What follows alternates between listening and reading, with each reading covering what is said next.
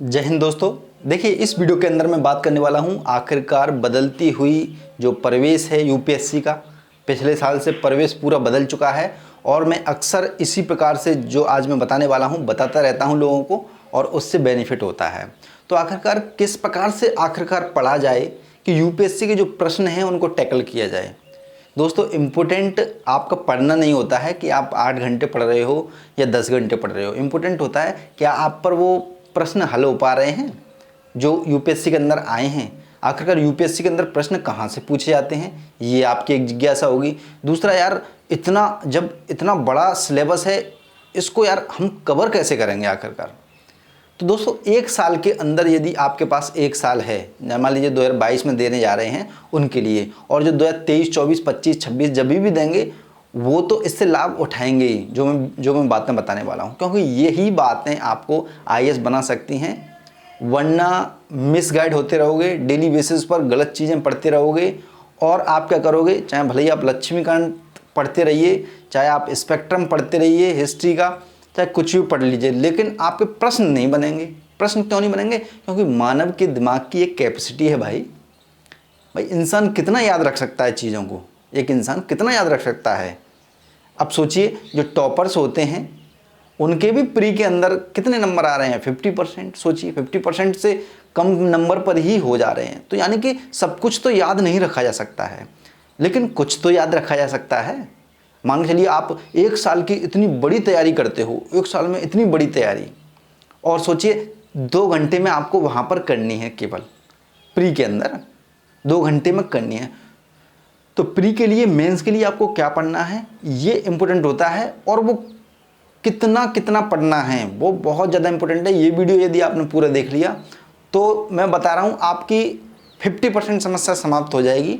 बस आपको करना क्या है, फिर पढ़ना है, बस पढ़ना बचेगा। कैसे पढ़ना है, क्यों पढ़ना है, क्या पढ़ना है, ये सारी जिज्ञासाएं आपकी जो है समाप्त हो जाएंगी, क्योंकि यही इंपॉर्टेंट रोल प्ले करता है यूपीएससी के अंदर। वरना पढ़ने वाले तो दोस्तों बहुत पढ़ रहे हैं। तो आज हम बात करने वाले हैं यूपीएससी के लिए कैसे पढ़ें। ठीक है, कैसे पढ़ें से पहले थोड़ा सा एक बेसिक जानकारी दे देता हूं मैं आपको। आप भले ही चाहे कुछ भी ऑडियो आर्टिकल देखते रहिए, किसी के भी, चाहे कुछ भी पढ़ते रहिए, वो काम ज़्यादा आपके आएगा नहीं यूपीएससी के एग्जामिनेशन में। यूपीएससी का जो एग्जामिनेशन है वो कोचिंगों का एग्जामिनेशन नहीं है जो कोचिंग संस्थान कराते हैं, वो है आप सिविल सर्वेंट बनने का एग्जामिनेशन है। तो सिविल सर्वेंट बनने के बाद भी आपको किन किन चीज़ों की जानकारी होनी चाहिए और होगी, जब आप डिपार्टमेंट में आ जाओगे तो कैसी चीज़ों की जानकारी रखोगे, वो आज ही से यदि आपने चीज़ें अपना ली तो बहुत सिंपल हो जाएगा। जिसमें पहली चीज़ है योजना, कुरुक्षेत्र और विज्ञान प्रगति। योजना, कुरुक्षेत्र, विज्ञान प्रगति, ये मान के चलिएगा कि पूरा यूपीएससी का सिलेबस यही है। समझ रहे हैं आप? जो भी मेंस में जितने भी प्रश्न आने हैं वो केवल और केवल इसी से बनने वाले हैं, ये ध्यान रखिएगा। विज्ञान प्रगति में साइंस का आता है। ये सब मैगजीन है, मंथली मैगजीन है, 20-20, 25-25 रुपये में आ जाती हैं। ये हर महीने आपको लेनी है यदि आईएएस बनना है तो, और ये पढ़नी है।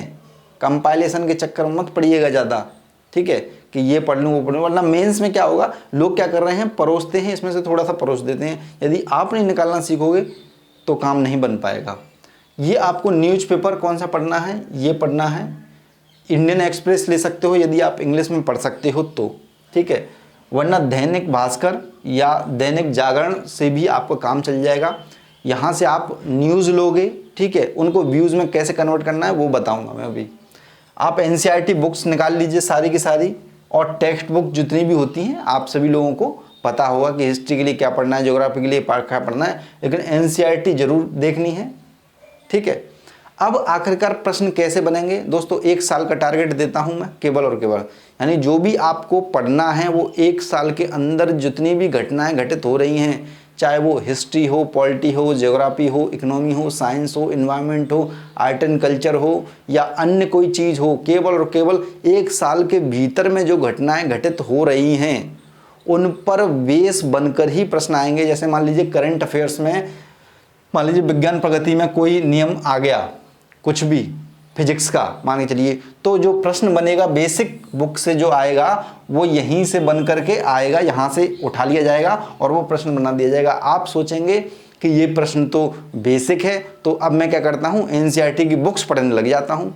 दोस्तों ऐसे नहीं हो पाएगा, क्योंकि ना तो आपके एनसीईआरटी बुक समझ में आएंगी, यानी कि ना ही इतनी एनसीईआरटी को पढ़ सकते हो, और पढ़ भी ली तो याद नहीं रहेंगे। तो याद कौन कौन सी चीज़ करनी है आपको यूपीएससी के पॉइंट ऑफ व्यू से, वो मैं बता रहा हूँ। मान लीजिए कुरुक्षेत्र में कृषि से संबंधित कोई टेक्नोलॉजी आ गई, तो आपको क्या करना है, उस टेक्नोलॉजी को वहाँ भी पढ़ लेना है और एनसीईआरटी बुक्स में छानना है, ठीक है, या फिर गूगल पर सर्च करना है, उसके बारे में कुछ बेसिक पॉइंट्स बना लेने हैं। इस प्रकार से आपका क्या हो जाएगा, ज्योग्राफी से संबंधित पोर्शन हो जाएगा, ठीक है।